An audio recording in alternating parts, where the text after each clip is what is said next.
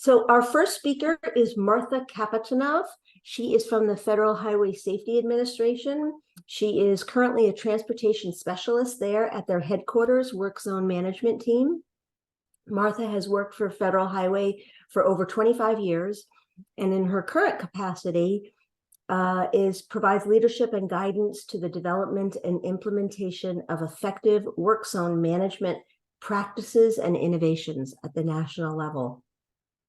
Martha is the Federal Highway lead for the Commercial Vehicle Safety Initiative specific to work zones, and she's been a huge help to us as we've been talking about commercial motor vehicle crashes in work zones and what to do about them. I've heard Martha speak a number of times. She's a really good speaker, and I'm excited to have her. So welcome, Martha, and you are on. Thank you. Happy Wednesday, everyone. Let me share my screen right quickly. Can you see my screen? No, not yet. Okay.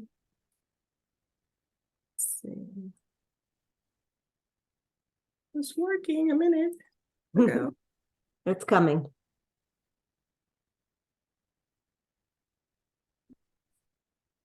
What about now? Perfect. Okay, so I apologize. Yeah, again, my name is Martha Kapitanov. I work for the Federal Highway Administration on the work zone management team. Thank you for having me today.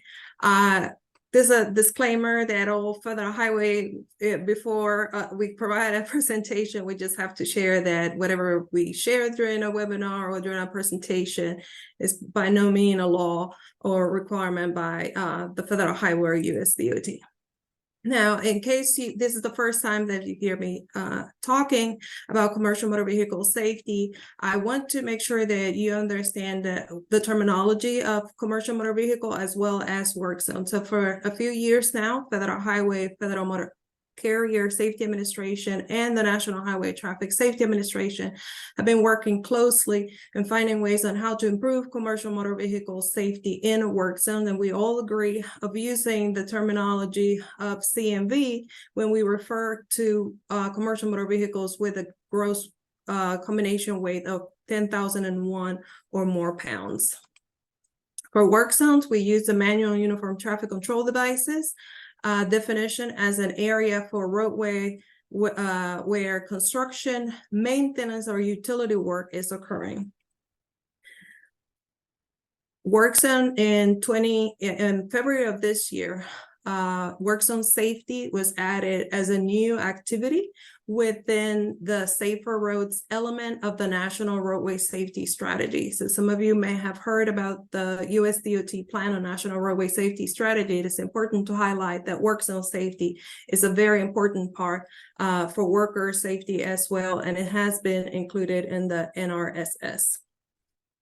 In 2021, Federal Highway worked closely with federal, state, local partners, academia, industry, and conducted several regional virtual workshops and discussed different ideas on how to improve work zone safety at a national level. A summary report has been published, and just to give you an idea of topics that became a national topic for areas that we should all work together with commercial motor vehicle and as well as worker safety. So again, if you have an opportunity to look at the document, that document has great activities, potential stakeholders, and performance measures that anybody, not just the federal government, can work and improve commercial motor vehicle safety and the other 11 strategic objectives identified in this plan. 2021 is the latest data available at the national level. Yes, we are in 2023, but 2021 is the latest data available. So I want to make sure that everybody understands that. We use the NHTSA FARS data. Unfortunately, in 2021, we had 174 fatal crashes.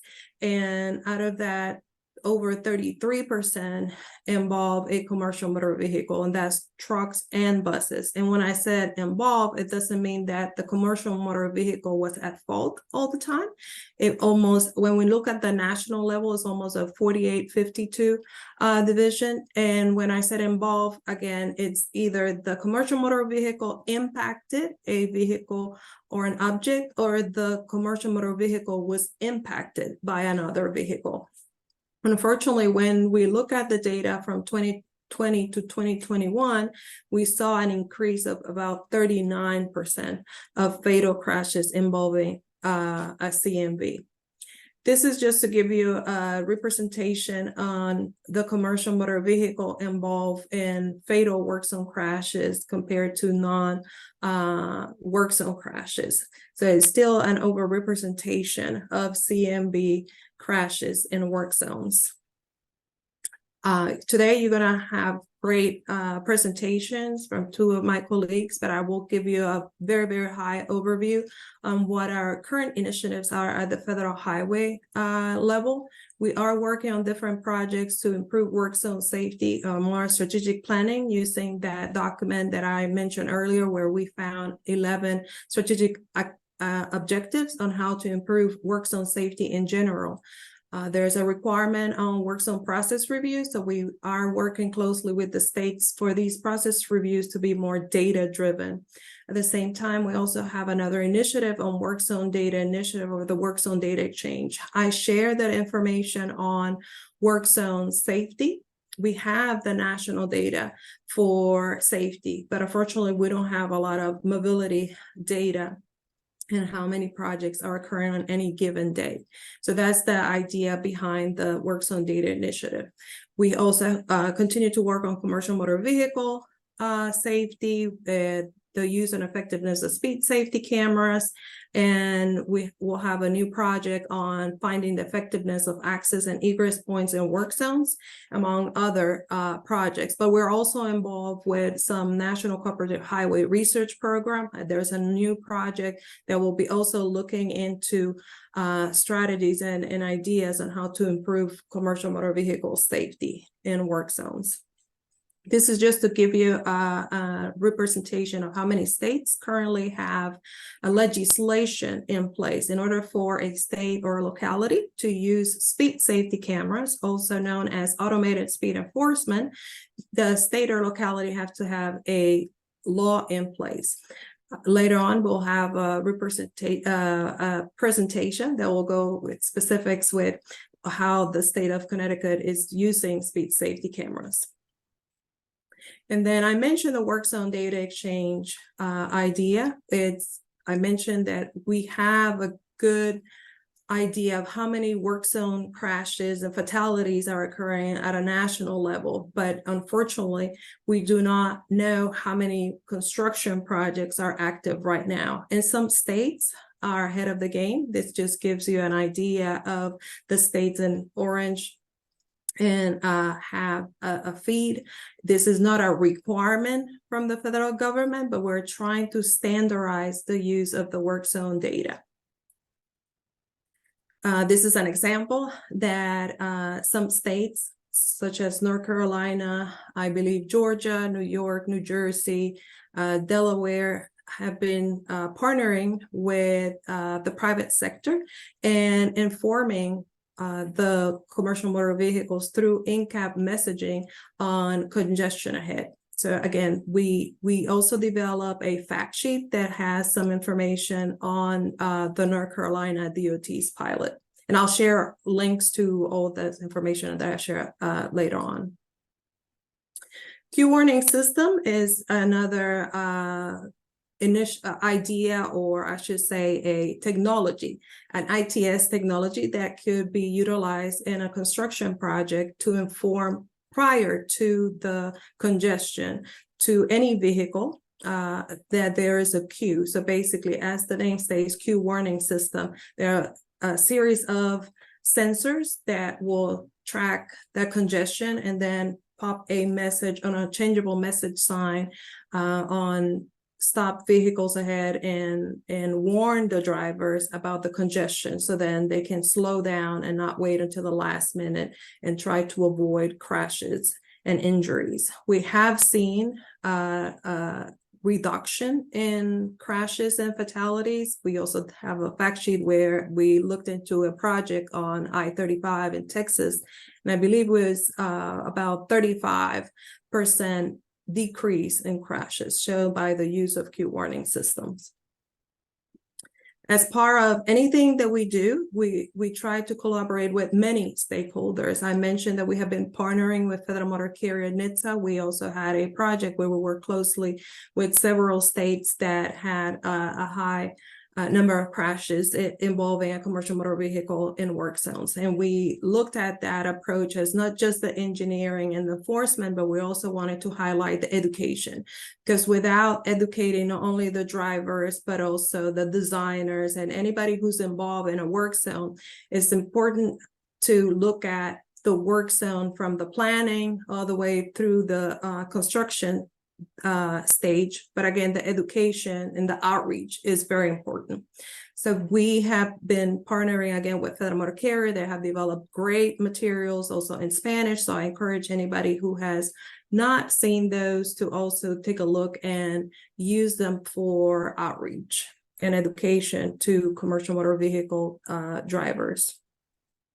And now I have several slides. I believe these slides are going to be available for everyone after today's presentation, but I wanted to highlight that the Federal Highway Work Zone Management Program has a dedicated page to commercial motor vehicle safety with a link to the National Work Zone Safety Information Clearinghouse website. They also have a commercial motor vehicle safety webpage where we have a lot of great information, free training, guidance documents, fact sheets. We have links to the Federal Motor Carrier Our Roads, Our Safety campaign. Again, they have developed great materials, and I encourage anybody to use it as well. On our webpage, as well as on the National Work Zone Safety Information Clearinghouse, we also have data and some graphs that if anybody's interested in looking at previous history and unfortunately how the numbers have been going up, you can take a look at that as well. Under the Federal Highway Work Zone Safety Grant, we have developed some guidance documents, a training course online. Again, it's free. You just need to create an account with a passcode, but you should be able to access that course free of charge. There's a fact sheet and an online course. Again, we develop guidelines on work zone access and egress.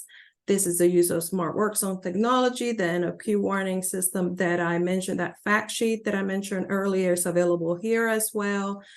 We developed a safe trucking through work zones brochure, and we also added a presentation. So if someone is asking or looking for a short presentation, especially for CDL drivers in a training class, please take a look at that. I encourage you. It will be a good opportunity to share a few slides on how to improve and drive through a work zone.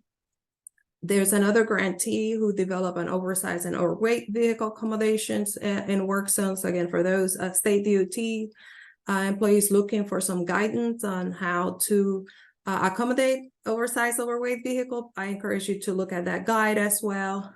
And with that, I'm happy to answer any questions. Thank you.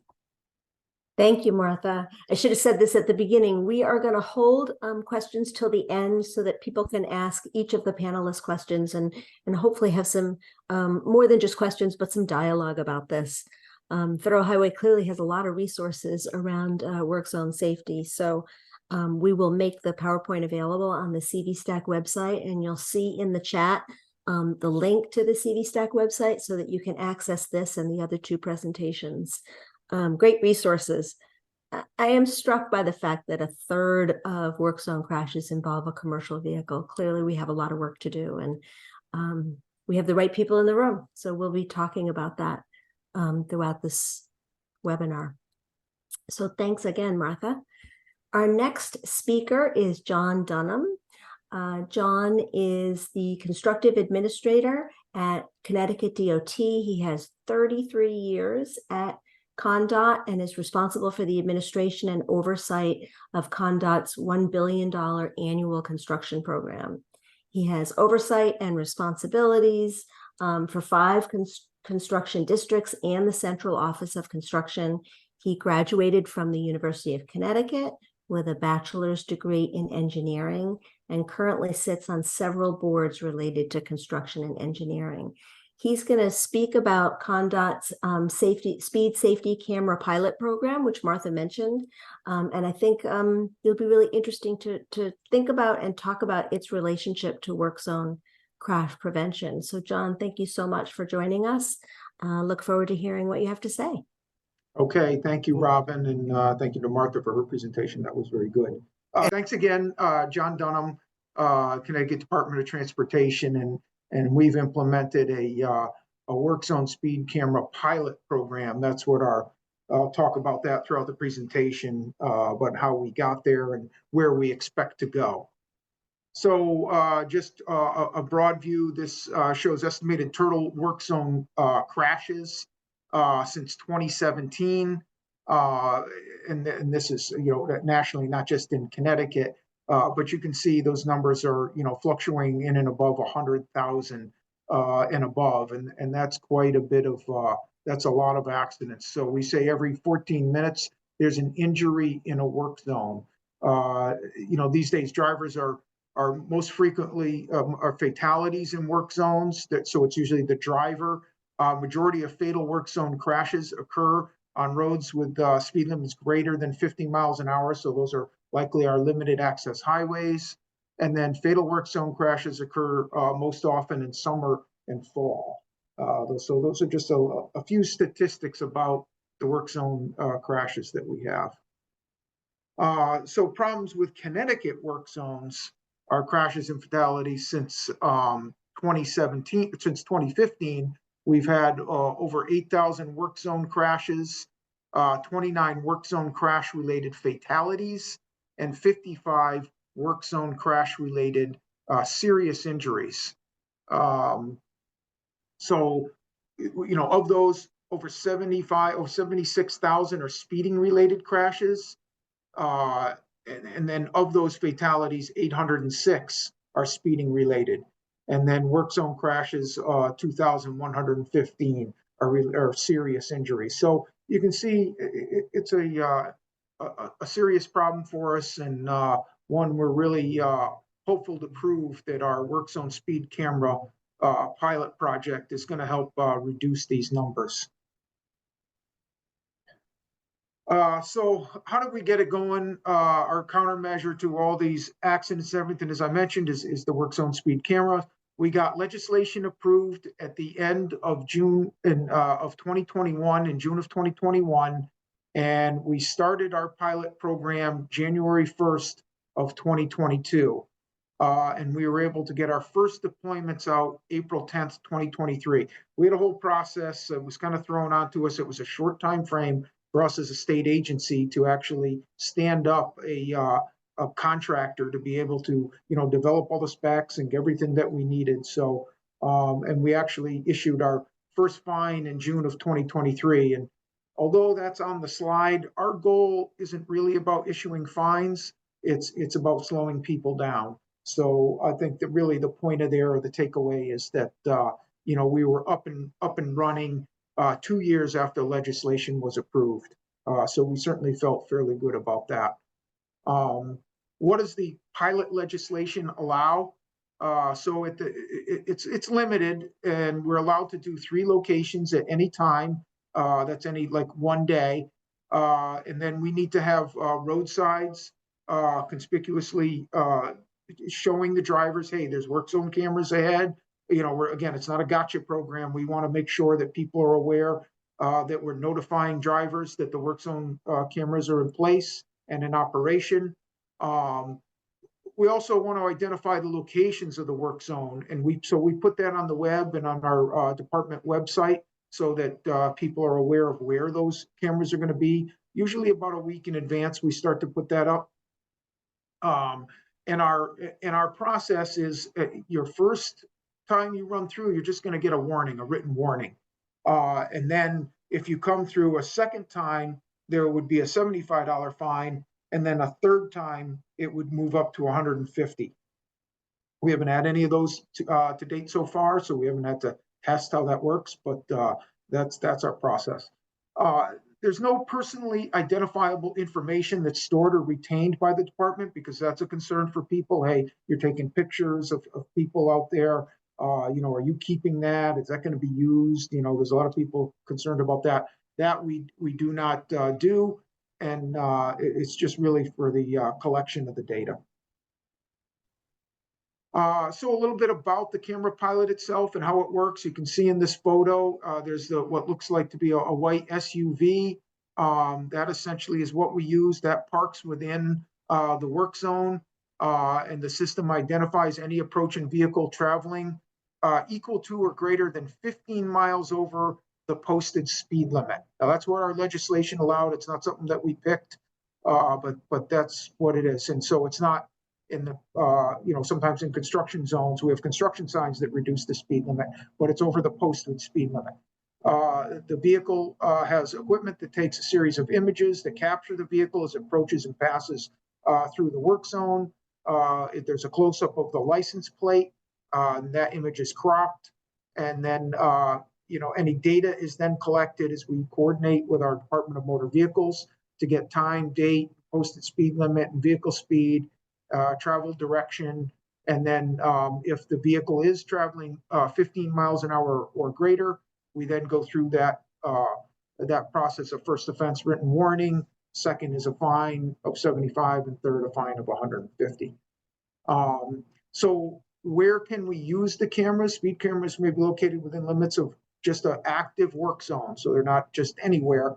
And posted speed limit is greater than 45 miles an hour, so we wouldn't put it on a low-speed road. How do we select the work zone? So one of the things that we wanted to do was make sure we had good data for before and after. And some of our projects had smart work zones that had a lot of data collection as far as vehicles traveling through a work zone with speeds. So we initially tried to focus on some of those areas. So we have a project in East Lyme, one down in Norwalk, and we utilize those because it helps us with data collection. As far as accuracy goes, the violations are then reviewed by 2 trained speed safety camera operators. They're part of the vendor that we selected. And then Connecticut State Police takes a look at those tickets as well. And then if a warning needs to be issued, they issue that. Or if it needs to be sent through with a fine, they go ahead and process that.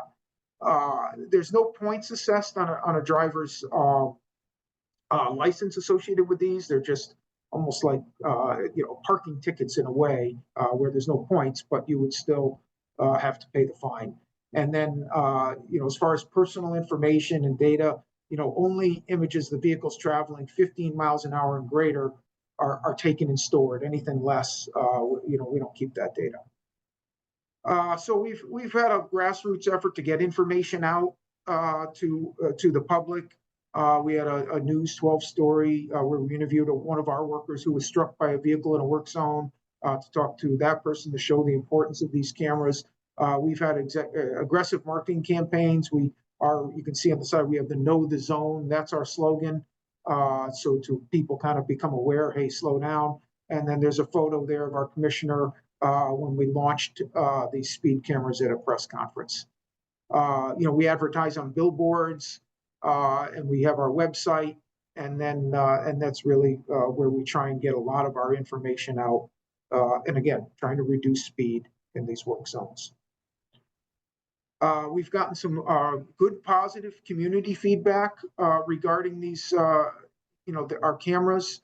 We put up a few quotes here.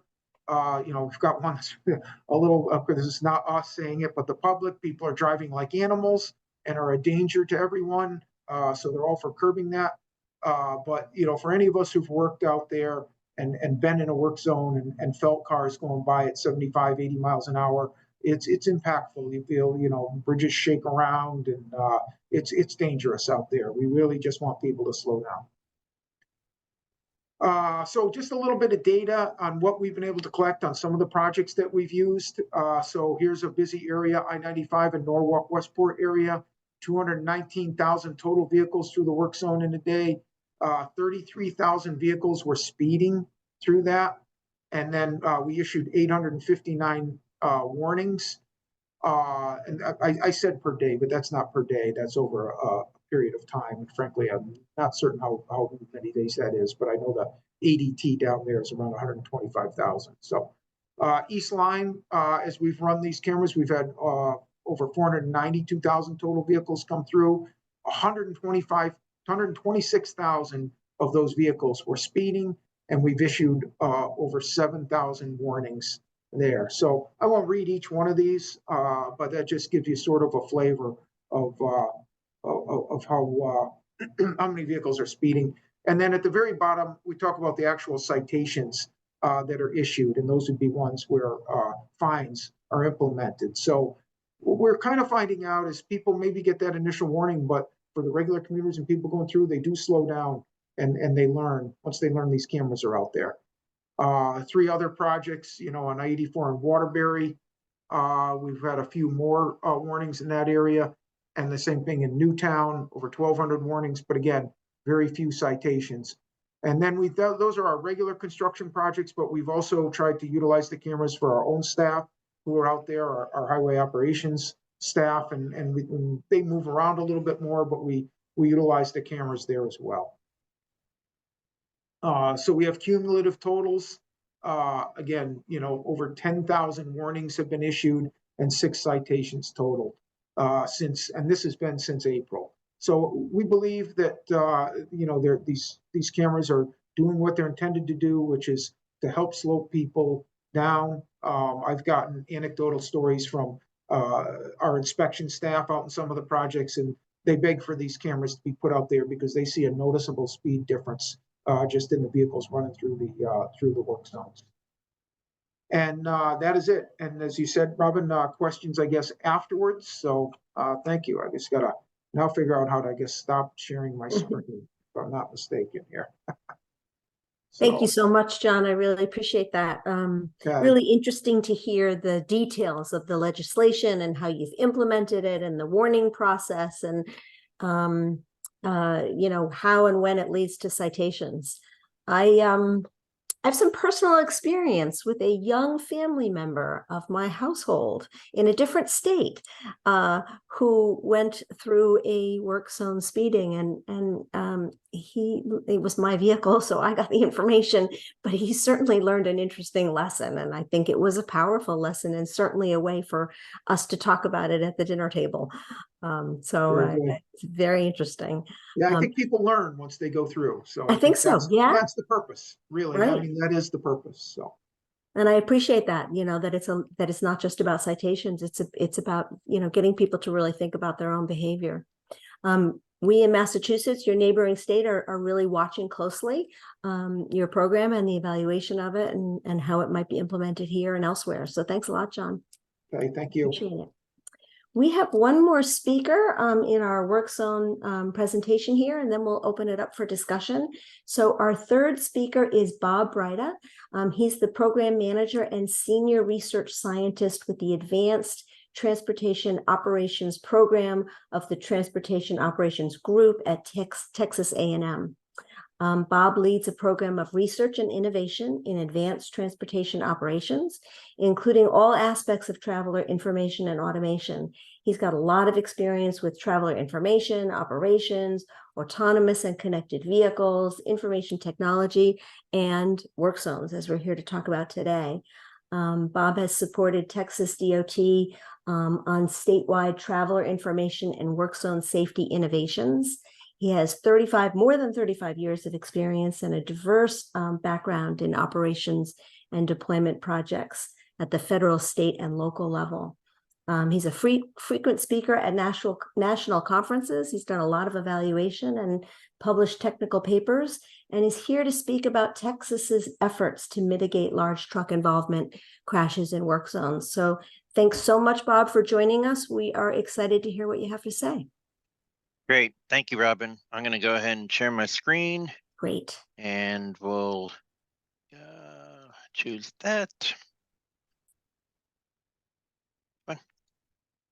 There we go. And go into presentation. Fine. Okay. Should be able to see just my screen now. Looks terrific. Thank you. Okay, so my presentation today is going to be a little bit of a grab bag. I want to just cover briefly some of the things that are going on throughout Texas, not all of which I participated in specifically, but TTI and A&M and TxDOT have all been partners in many of these projects. So the first thing is just, quick agenda. Why do we do what we're doing, related to work zones and trying to mitigate the efforts of those crashes, a little bit on work zone traveler information, end of queue, and then the Texas Connected Freight Corridors project, which is important. This is really why we do what we're trying to do. You all know that, of course, but this was a horrific crash that occurred on I-35 southbound in Salado around 2015. The heavy vehicle driver did not pay attention to the warning signs and the permitting and just about anything else. Several people were killed, 18-hour freeway closure, hundreds of thousands of people delayed because that section of roadway does about 75 to 100,000 vehicles per day. And it added quite a bit of time and delay to the overall project because the entire bridge had to be reconstructed. So again, this information here is everything that everybody probably knows and eats, sleeps, and drinks routinely. But work zones create congested condition, especially on I-35 and other rural portions of the interstate. Those conditions are often unexpected. In I-35 in the Central Texas region, work zones were only permitted at night between 7 p.m. and 7 a.m. So what you had is a largely dark, high-speed rural section of roadway. You pop over the hill, and all of a sudden there's a work zone. That's a challenging environment.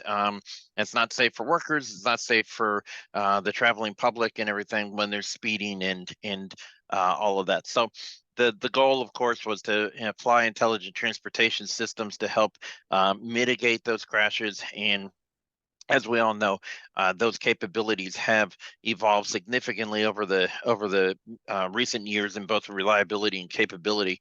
Wrong one. Overall, for traveler information and work zone ITS, you're trying to provide the right information to the right people at the right time. And what you're obviously trying to do is improve driving decisions and behaviors. Just like John said with the speed cameras, it's not a punitive program. It's an awareness, attention getting, and maybe I actually shouldn't be part of the 25% of people that were speeding on I-95 section that he had there. Obviously, there's a bunch of work zone ITS applications that can be used. Interestingly enough, variable speed limit was just approved by the Texas legislature so that it can now be implemented in Texas on roadways. There are 3 mechanisms by which it can be used: recurring congestion, weather, and work zones. The reduction in speed is only 10 miles per hour. So there's some question as to how potentially useful it might be, but it's certainly something that that the state and contractors and everything are starting to look at to see, is this another tool in the toolbox that makes sense for helping to mitigate the challenges that are out there. The key implementation points, obviously, what are the right questions? Who are you trying to reach? What the information is that they need? What are the mechanisms? How to get that information to them? Understanding the operational scenarios. On I-35, we had a number of different operational scenarios: normal conditions, weather conditions, incident conditions, work zone conditions. when all of those things overlapped, our concept of operations tried to go through all of that. And most importantly is track your performance and know what's going on so that you can make continued adjustments and improvements. So just a little bit is on the work zone traveler information. Again, this is a little bit of a grab bag information. I-35 specifically, we kind of framed those initial questions that I just referenced. What are the traffic conditions like now? What are they going to be like on any part of my drive? And where am I going to be delayed by work zone lane closures? Specifically to the trucks, the heavy vehicles, that was very important to them to try to get that information to them, because largely they don't have an alternate route. Largely, they're on a specific origin destination pair.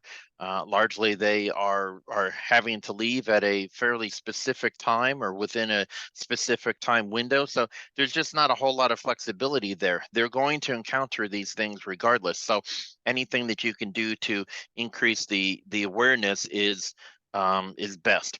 So we were already working on I-35 from the construction side of things and the work zone side of things. FHWA was very gracious and came in and provided a grant for a connected work zone project. And as part of that project, we worked with a regional carrier and a national carrier to provide them specialized traffic information, traveler information related to freight vehicles. So I'll skip to the good stuff. The screens with lots of colors.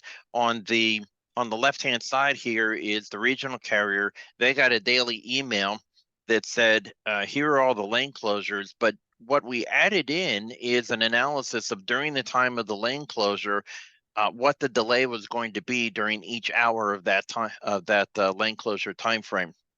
So you can see over on the right-hand side of that notice that went out, at 6 a.m. For a couple of those closures, there were 15 minutes of delay. Other times there were 5 and 10 minutes of delay. That's obviously not the worst situation that we've seen, but we're just trying to give them an overall understanding as to their expectations. And then over on the right-hand side of the screen, this was a smart web page that could format down into a cell phone without any issue. And it looked just like an app. And basically it gave you a real-time current delay condition as to what was going on the carrier, or I'm sorry, on the corridor.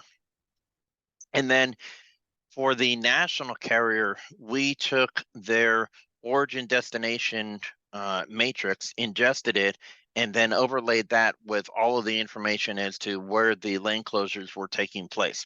So the way that this works is you would go up and you say, okay, I'm going to go from Dallas to San Antonio.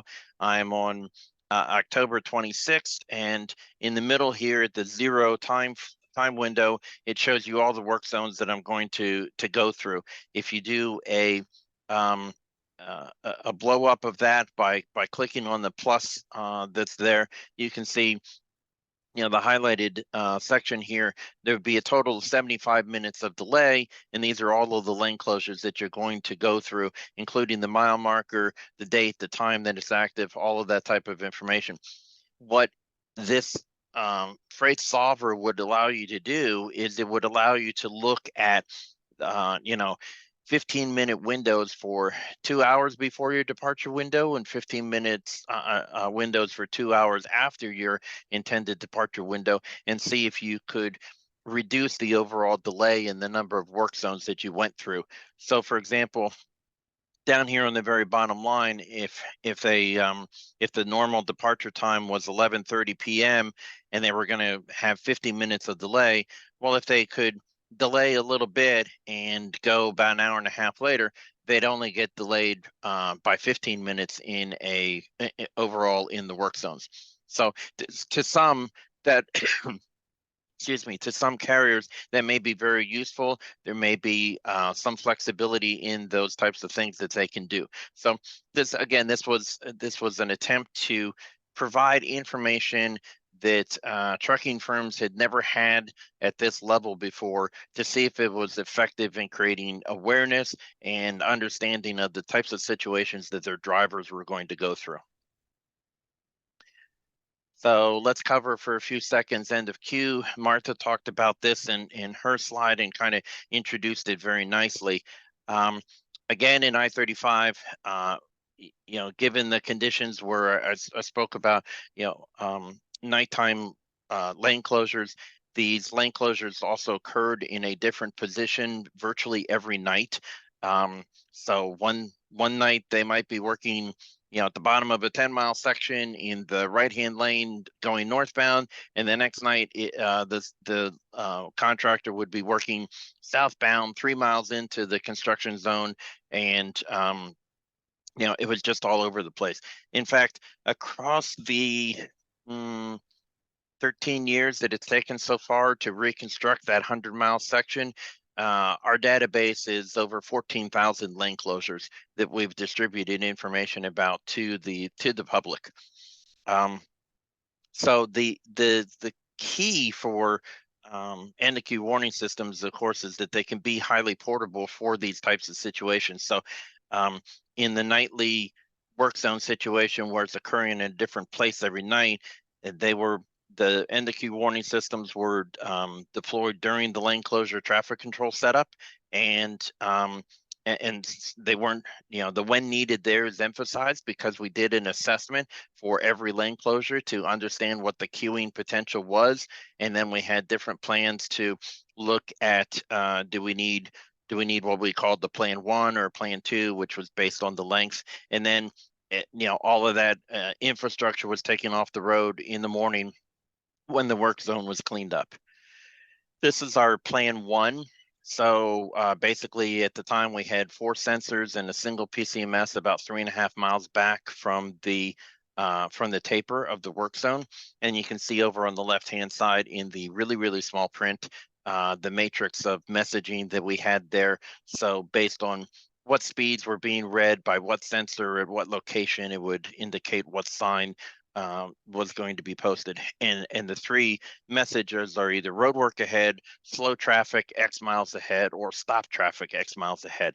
And the thresholds here really were in this particular instance, it was 55 miles an hour for slowing traffic, and then 40 miles an hour for essentially stop traffic. I believe later on we took that down to 45 miles per hour for slowing traffic and 25 miles an hour for stop traffic. This is the full matrix for the plan 2. This one had 2 PCMSs and everything extended back about 7.5 miles. So it was a pretty extensive deployment in terms of infrastructure and the queues that could develop, but it was also extremely useful because queues really did develop that far on I-35 many, many times. Overall, we had more than 500 nights of deployment. There was an evaluation as to the efficacy of this, and I think Martha mentioned it. We're at about 45 or 50% reduction in crashes over nights where a crash would have occurred if end of queue warning system was not deployed. And that's just a good picture there of showing the deployment. There is another barrel out to the side, so it is standard. It's just cropped off. Do want to point that out. Many people have said, "Hey, you're showing a thing with only 3 barrels." Yeah, we got 4. One of the issues with queue warning is, of course, putting the infrastructure in a already very congested space, especially if you're necking down lanes and all. So the later versions of queue detection are coming about and utilizing crowdsourced probe data. So there's just a kind of a analysis here of how the methodology would work and what sections are congested. And so the back of the queue is obviously going to include all sections that are queued up, even if an intermediate section is not. And then the distance is going to be, from the sign to the back of queue distance. So just understanding the methodology for how all of that works. This is just an overview. We did do some information assessment via surveys and everything. some of the overall results. These aren't all in the queue, but I think the important ones are, more than 60% of the people changed their plans based on the traveler information that they received, and again, the 50% reduction in crashes based on what would occurred if an end-of-queue system was not in place. I think those are two pretty critical numbers to remember. So going on to Texas Connected Freight Corridors. This project is basically looking at the Texas Triangle, so I-45, I-35, and I-10, with basically the points between Dallas, Fort Worth, Houston, and San Antonio. And the whole concept is to employ connected vehicle technology, especially in the motor carrier arena, to try to increase the information availability, sort of like the next generation of traveler information. So instead of receiving an email, we're trying to incorporate it into the cabs of the vehicles and put it into the ELDs and all of those types of situations to continue to keep pace with the technology and the information needs that are there. There were a total of 12 applications that were identified as part of the project. The ones in yellow are the priority applications that got first pass as to trying to get developed and implemented. Overall, this is just a quick deployment plan as to where the infrastructure is going to be. There is, of course, much more detail in here in terms of what applications are going to take place and in what area and timeframes and all of that. But the overview here is that this is an ATC MTD grant that Texas won and is a cooperative research project between TxDOT, Southwest Research Institute, University of Texas, and at Austin, and Texas A&M Transportation Institute to deploy and test next generation technologies in the connected vehicle environment to continue to focus on delivering critical information to vehicles and customers of the roadway that need it. And in many cases here, particularly, it's the heavy vehicles. And so with that, I'm done.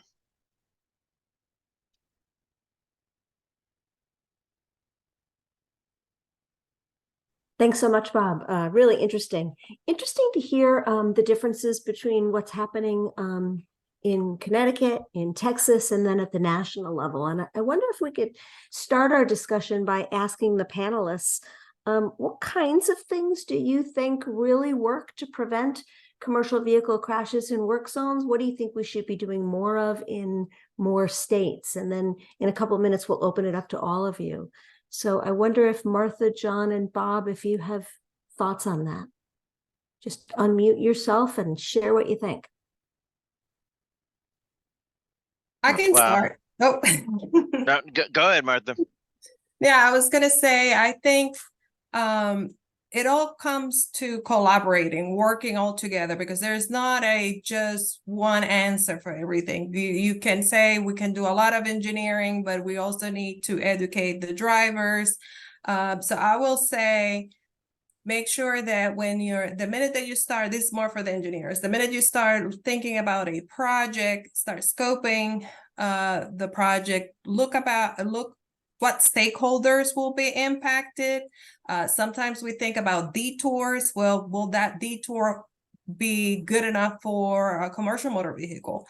What impacts will that have? So, and then the other portion is communicating with trucking associations of what you're going to do during that detour or that construction project, sharing that information online. Again, working with stakeholders for innovative ideas like the queue warning system, other ITS. But again, it goes back to the education and working with others. So I will stop there for others to comment as well. Thanks, Martha. Really helpful insights.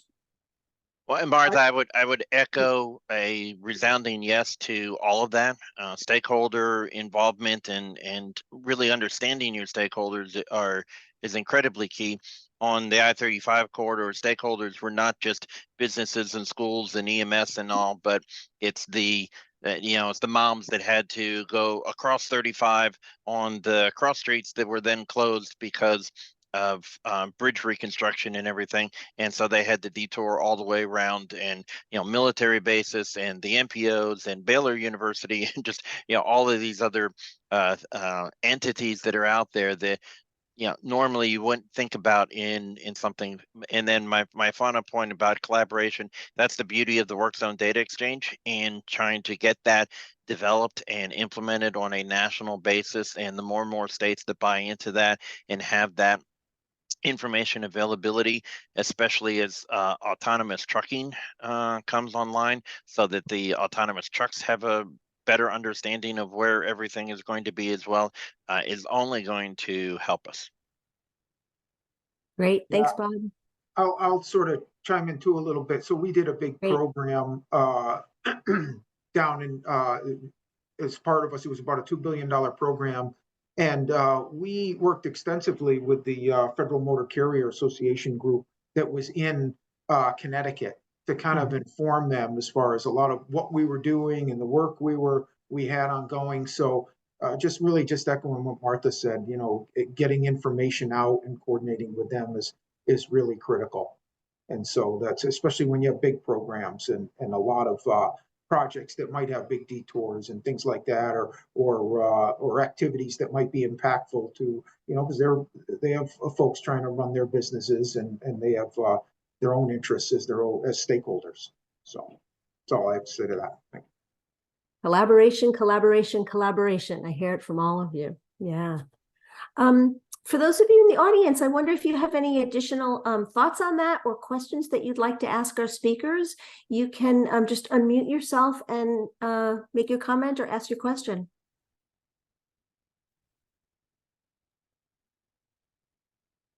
Let's see. We did not work with One Network at the time. That they were not available at the time that we started working on the I-35 corridor, so they weren't part of the technology solutions. They certainly be somebody who we would consider working with now if we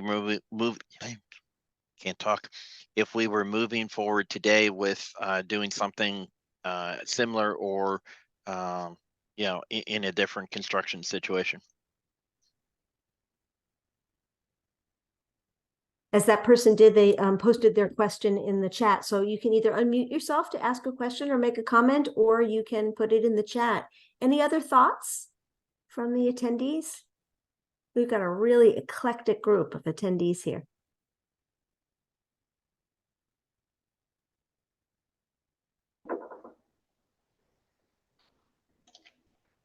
All right, going once. Oh, I'll ask. Great, thanks, Stacy.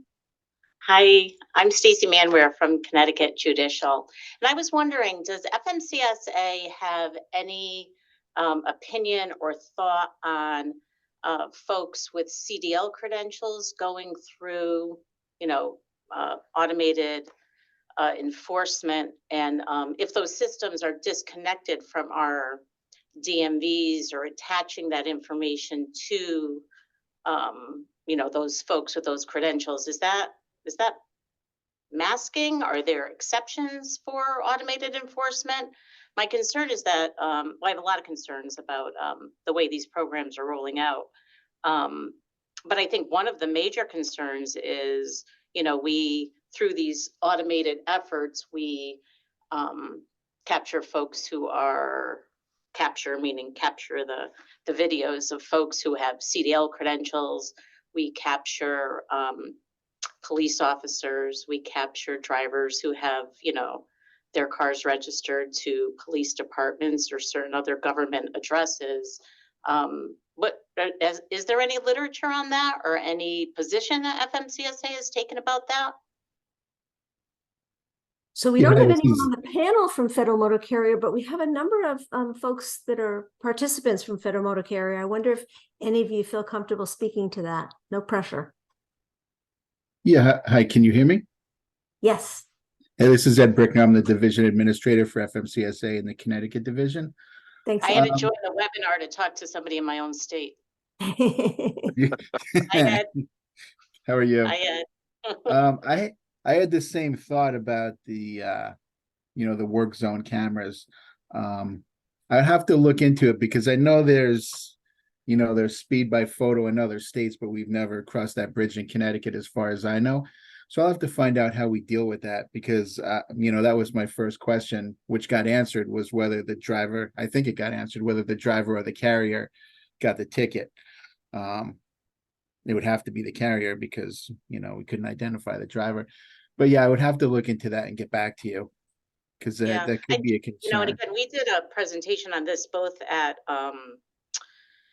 OTSIP and at GHSA about how certainly nobody's going to argue with putting keeping our workers safe on the highway, but if we don't implement these programs in ways that will survive legal challenges, we erode the public's confidence, we erode the confidence in the systems.